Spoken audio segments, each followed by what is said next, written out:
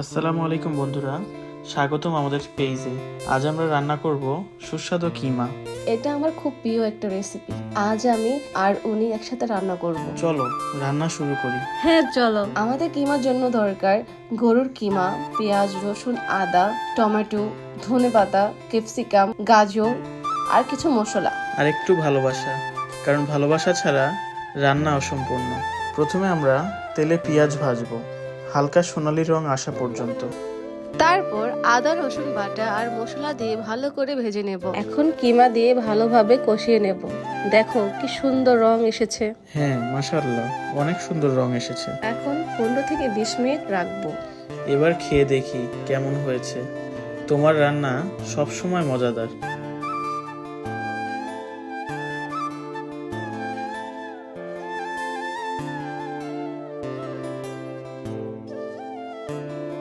ওহ মাশাআল্লাহ, দারুণ হয়েছে।